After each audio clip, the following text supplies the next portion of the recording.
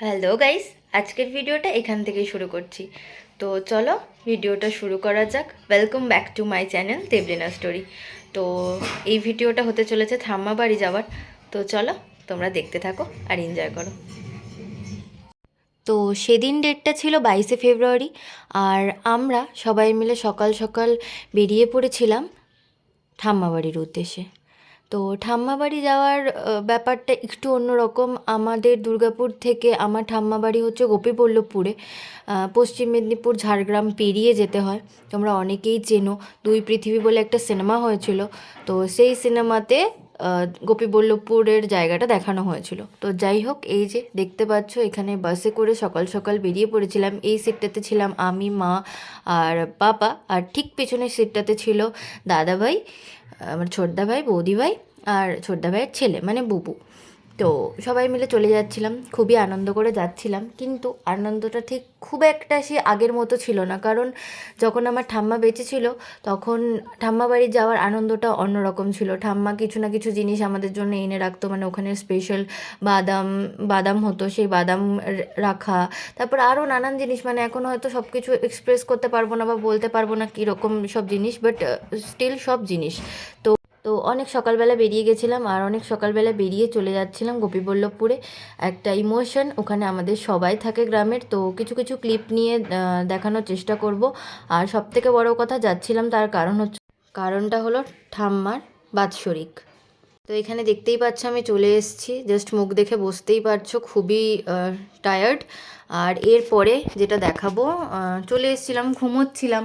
তো ঘুমিয়ে টুমিয়ে উঠে বিকালবেলা এখানে হচ্ছে খুব জাগ্রত একটা গোবিন্দ মন্দির আছে, গোবিন্দ ঠাকুরের মন্দির আছে, মানে রাধা গোবিন্দ। তো এই মন্দিরটাতে বিকালবেলা চলে এসেছিলাম, একদম হাঁটা পথে, আমার ঠাম্মা বাড়ি থেকে জাস্ট 2 পা পাশেই। তো যাই হোক, চলে এসেছিলাম এই মন্দিরটাতে। তো খুবই ভালো লাগে মন্দিরটাতে, তো তোমরা দেখে নাও। আর এরপরে হচ্ছে নেক্সট দিন সকালবেলা।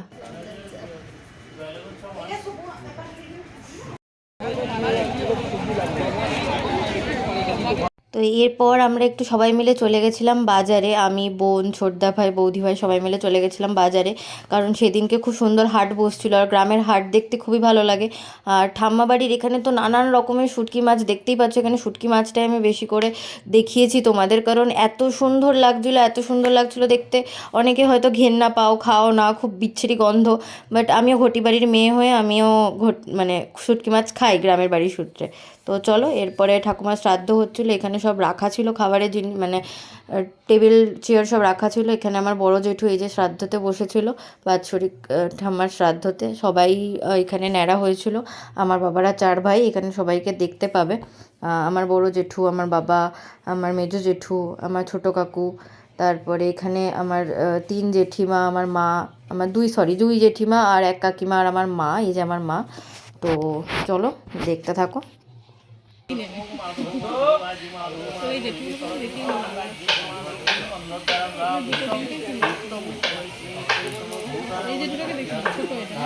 কাকু কাকুটা,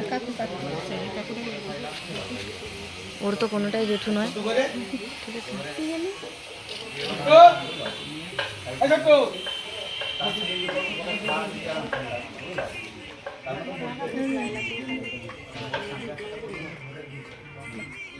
তো সেদিনকে আর কোনো ক্লিপ নেওয়া হয়নি আসলে।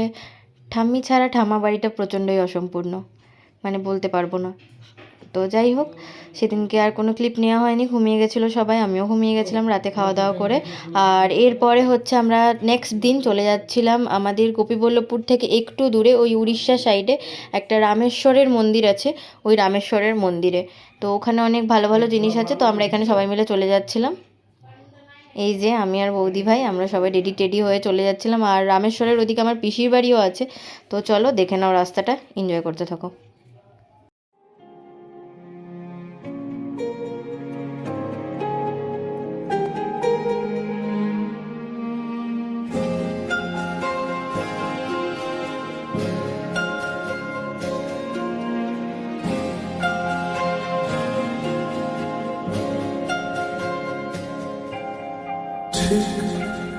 এমন এভাবে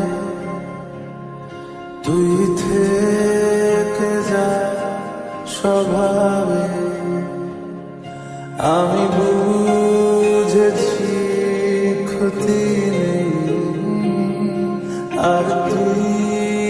ছাড়া গতি নেই।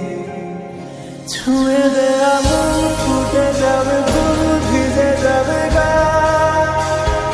কথা দেওয়া থাক, গেলে যাবি চোখের বাইরে মা। ছুঁয়ে দে আগুন, ফুটে যাবে ফুল, ভিজে যাবে গা, কথা দেওয়া থাক, গেলে। তো এখানে আমরা সবাই পৌঁছে গেছিলাম রামেশ্বর মন্দিরে। তো আমাদের যে টেকার ছিল সেই টেকারটাকের থেকে নেমে আমরা চলে যাচ্ছিলাম সবাই মিলে রামেশ্বরের মন্দিরের উদ্দেশ্যে। তো এইটা প্রথমে গেছিলাম হচ্ছে তপবন, এই জায়গাটার নাম তপবন। এখানে কিছু যজ্ঞকুণ্ডু সামথিং একটা কিছু আছে, ঠিক আমি পুরো ক্লিয়ারলি জানি না, বাট স্টিল তোমাদের দেখানোর চেষ্টা করব। খুবই সুন্দর জায়গা, এই যে এখানে সবাই রয়েছে দেখে নাও। আর যজ্ঞকুণ্ডটাও দেখানোর চেষ্টা করছি, মানে দেখাবো যজ্ঞকুণ্ডটা, সব কিছু দেখাবো। তো সেই যজ্ঞকুণ্ডতে কাঠ দিতে হয়, আর সেই যজ্ঞকুণ্ডতে কাঠ দিলেই আগুন জ্বলে। ঠিক আছে, কাঠ না দিলে আগুন জ্বলে না, বাট কাঠ দিলে আগুন জ্বলে, মানে প্রায় জ্বলতেই থাকে। সবাই আসে প্রায় রোজ দিনই আর কাঠ দেয়, তো আগুন জ্বলতেই থাকে। হয়তো কাঠ দিলে আগুন জ্বলবে না, বাট স্টিল মানে কাঠ দিলেই কিন্তু আগুন জ্বলে, এটাই আমাদেরকে ওখানে যে যিনি ছিলেন তিনি বলেছেন। তো চলো তোমরা দেখতে থাকো আর এনজয় করো জায়গাটা। জায়গাটা খুবই সুন্দর। এরপরেই আমরা চলে যাব হচ্ছে রামেশ্বর মন্দিরের উদ্দেশ্যে। তো চলো দেখে নাও। তো এখানে এটা ছিল হচ্ছে সীতামায়ের মন্দির, এই যে রেড কালারের বা পিঙ্ক কালারের যেটা তোমরা দেখতে পাচ্ছ। আর এখানেই যজ্ঞকুণ্ডটা ছিল এই পাশে। তো এখানে লবকুশের জন্মস্থান আর বাল্মীকি মুনির যজ্ঞকুণ্ডু লেখা ছিল, বাল্মীকি সমাধিস্থলও ছিল। তো আমাদের যেহেতু কেউ গাইডেন্স ছিল না, মানে গাইড কেউ করছিল না, তো এই জন্য যেটুকুনি লেখা ছিল বা যেটুকুনি এই পুরোহিত মশাইটুকু বলেছেন সেইটুকুই আমি জানি, বা সেইটুকুই তোমাদেরকে বলতে পেরেছি। তোমরা যদি কেউ এই মন্দিরটার ব্যাপারে বা এই তপবনের সম্পর্কে জেনে থাকো তাহলে কমেন্ট বক্সে অবভিয়াসলি আমাদেরকে জানিও আরও কিছু। আমরা দেখে এসেছি, বাট পুরো হিস্ট্রিটা এখনও পর্যন্ত ঠিকঠাক করে জানি না, তো বলতে পারবো না। শুধু এইটুকুই জানি জায়গাটা খুব সুন্দর। আর এই যে এখানে যেখানে উপরে উঠছি যজ্ঞকুণ্ডটা, এখানে কাঠ দিতে হয়, এখানে অটোমেটিক আগুন জ্বলে। ঠিক আছে, কাঠ দিলেই আগুন জ্বলে, কাঠ না দিলে হয়তো জ্বলবে না। বছর বছর যদি কাঠ না পড়ে তাহলে কি করে আগুন জ্বলবে, তাই না? তো কাঠ দিলেই কিন্তু আগুন জ্বলে, ঠাকুরমশাই এমনই কথা এখানে বলেছেন। আর এখানে মানত করতে হয়। আর এখানে টিপ হিসেবে মানে তিলক হিসেবে যেটা ইউজ করা হয়, কোনো চন্দন বা কোনো কিছু ইউজ করা হয় না। এখানে যে ছাইটা ওটাই কিন্তু এখানে টিপ হিসেবে ইউজ করা হয়। মানে ওই যে কোথাও পুজো দিতে গেলে আমরা যে সিঁদুরের টিপ, বা হনুমানজির পুজো দিতে গেলে যে অরেঞ্জ কালারের টিপ যেগুলো ইউজ হয় নর্মালি, এখানে কিন্তু ওসব কিচ্ছু ইউজ হয় না। ইভেন চন্দনের টিপও ইউজ হয় না, এখানে কিন্তু ওই ছাইটাই ইউজ হয়। তো এখানে সবাই কাঠ দিচ্ছিল মানত করার পরে। তো চলো তোমরা দেখে নাও, আর জায়গাটা ঘুরে দেখাবো, এনজয় করো। আর বাবা কাঠ পড়লে আগুন জ্বলবে, কাঠ না পড়লে আগুন কি জ্বলবে? মানে অটোমেটিক জ্বলবে। হ্যাঁ, আর 4-5 দিন যদি কাঠ না পড়ে, কেউ যদি না থাকে, আর আগুন 4-5 দিন কাঠ না পড়লে জ্বলবে। তলায় আগুন কোথায় থাকে? সবজিরা আসা যাওয়া করছে, লোকজন চলছে। আসে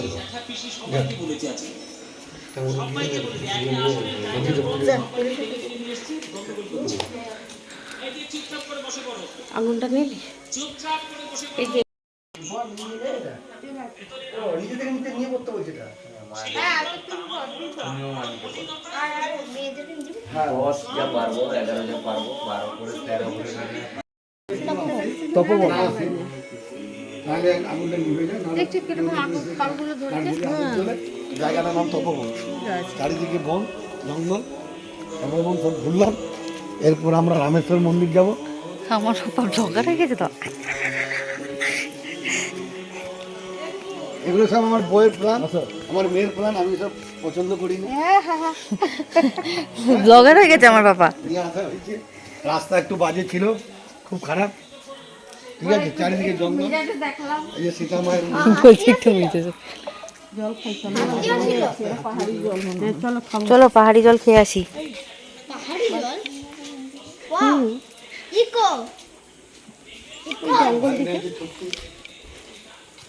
কলে জল পড়ছে, এখানে সবাই জল খাচ্ছে। এটা আমার বউ পুতি, এটা পাহাড়ি জল। চারিদিকে জঙ্গল, যেদিকে যাবে জঙ্গল, শুধু জঙ্গল। তো জায়গাটার নামই তো তপবন। জায়গাটার নাম তবু এই জঙ্গলটা একদম উড়িষ্যাতে লেগেছে। একটাই জঙ্গল। এটা তোমার ঘর চলে যাবে, তাই তো? জঙ্গল দিয়ে এই দাঁড়াও, আসো এখানে আসো।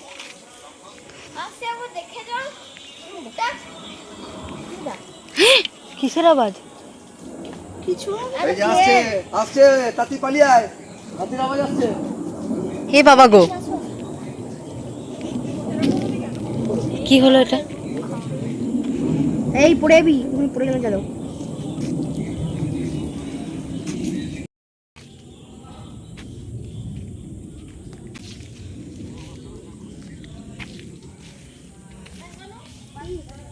হ্যাঁ হ্যাঁ হ্যাঁ যাবো।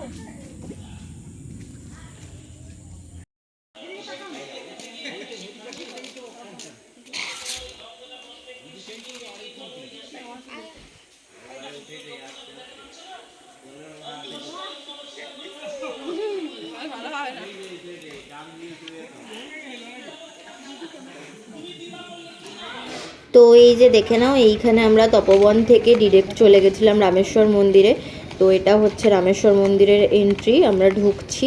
ঠিক আছে, তো দেখে নাও তোমরা, আর মন্দিরটা দেখো খুবই সুন্দর, যেটুকু দেখাতে পারবো। আর ভিতরে যে মন্দিরের ভিতরটা, সেখানে আমি ঢুকিনি। আর আমি আগেরবার ঢুকেছিলাম, তার আগেরবার যখন গেছিলাম, সেটার ব্লগ নেই, বাট তার আগেরবারের ফটোটা আমি এখানে অ্যাটাচ করে দেবো। ভিতরের মানে ভিতরের ঠাকুরটা কীরকম দেখতে, আসলে ভিতরে ক্যামেরা নিয়ে এলাও করে না।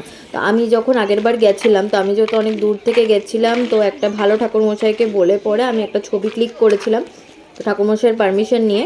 বাট একদমই এখানে ফোন অ্যালাউ করে না ভিতরে ঢোকার জন্য। এই যে মন্দিরটা, খুব সুন্দর মন্দিরটা, দেখে নাও। ভিতরে দাদাভাই ওরা সবাই গেছিলো, আমি আর ভিতরে যাইনি। আর ভিতরের কোনো ভিডিও ক্লিপ আমার কাছে নেই। ভিতরে জাস্ট শিব বাবার মূর্তিটা আছে, মানে যেটা শিবের লিঙ্গটা আছে, সেটা খুবই সুন্দর। সেই মূর্তিটা আমি তো মন্দিরটা দেখানোর শেষে টাচ করে দেবো, তোমরা এনজয় করো। চলো। কি জ্বালাতন।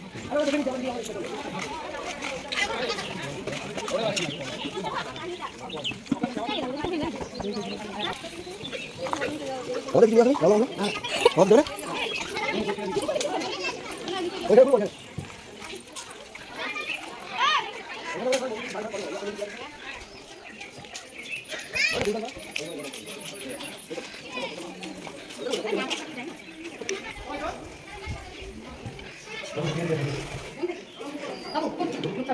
জানি দাও দেবে ঢুকতে।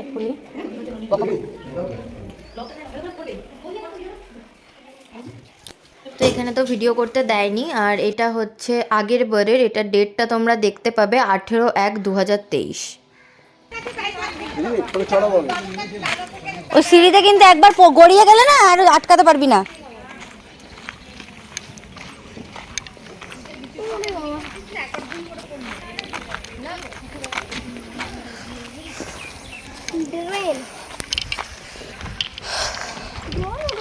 তো তারপরে এদিকটা দিয়ে যাচ্ছিলাম, এদিকটা দিয়ে তোমরা দেখতেই পাচ্ছ, এখানে একটা সিঁড়ি করা আছে, অনেকটা সিঁড়ি নেমে একটা পুকুর করা আছে।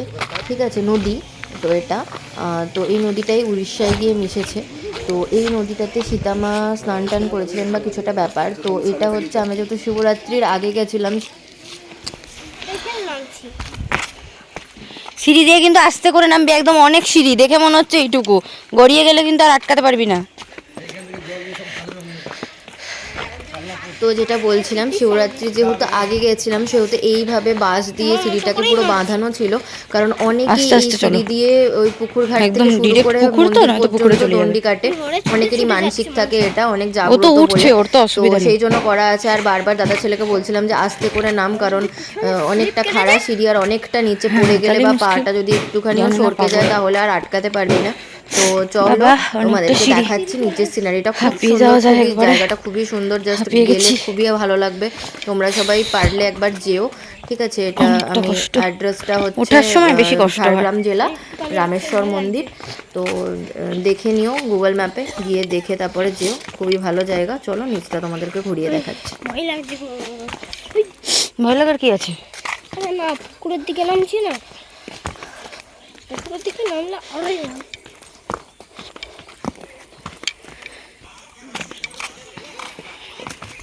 বাবা। এই তো না, নাগিন নাগিন, এই জায়গাটাই সুন্দর। নাগিন নাগি এত সুন্দর পুকুরটা। পুকুর সুন্দর না, সাপ খোপের ইয়ে আছে, জাল আছে। ও দিদি পড়বে না তো? না গো, আমার কিন্তু বিশাল বিশাল ভয় লাগছে। কি সুন্দর জায়গাটা, দেখ সিনারিটা কি সুন্দর। মনে হয় আগের বার যখন এসেছিলাম ওই নিচে গিয়ে ছবি তুলেছিলাম, এখন জল হয়ে গেছে। আরেক গন্ধ করছে। এই বুবু সঙ্গে থাকবে, এদিকে আয়।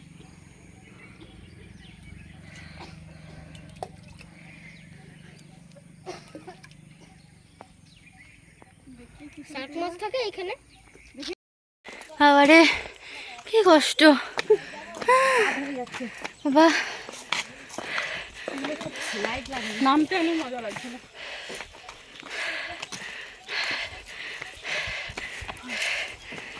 ও বাবা, মানে একবার এই পাটা হবে মানে আর এই পাটা কিছু না করো।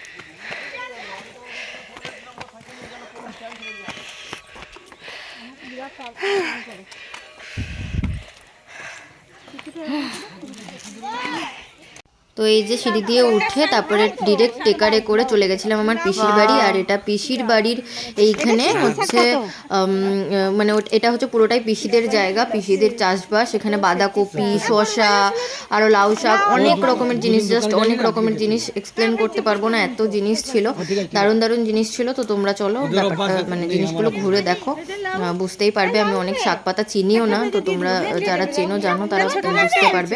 সব জিনিস এখানে চাষ করেছে, কিছু জিনিস আমাদের দিয়েছিল খুব সুন্দর সুন্দর। তো সানসেট হচ্ছিল, তো সানসেটটাও খুব সুন্দর। এই যে আমার পিসি, তো চলো তোমরা বাকিটা দেখতে থাকো। যে বাদাম খাস রে বোকা। না এটা ইয়ে কাকুর কাকুর না, পা দিবি না গাছে, পা দিবি না। আর এইগুলা পেঁয়াজ হয়েছে, ওই দেখো কাকু ধরেছে, ওই দেখ, দেখ বাবু দেখ শসা কি সুন্দর ধরেছে, ওই দেখ। মনে খারাপ হয়ে গেছে। টেস্ট না এই আরেকটু বড় হলে, এটা ছোটটা আছে, বাবারে কি বড় হয়েছে দেখো ওইটা। হ্যাঁ হ্যাঁ ওগুলো বুড়ো হয়ে গেছে। ওটা গরু খাবে? হ্যাঁ না কাকুর মানে চাল কুমড়ারে বড়ি দেওয়া হয়। হ্যাঁ বড়ি দেয় বলেছি। আরামে দাঁড়া কোনো অসুবিধা নেই, এখন দাঁড়াও। ওকে একটু চা দিয়ে, এই ছোট্টু ওকে একটু চা দিয়ে। চা দিয়ে আসে।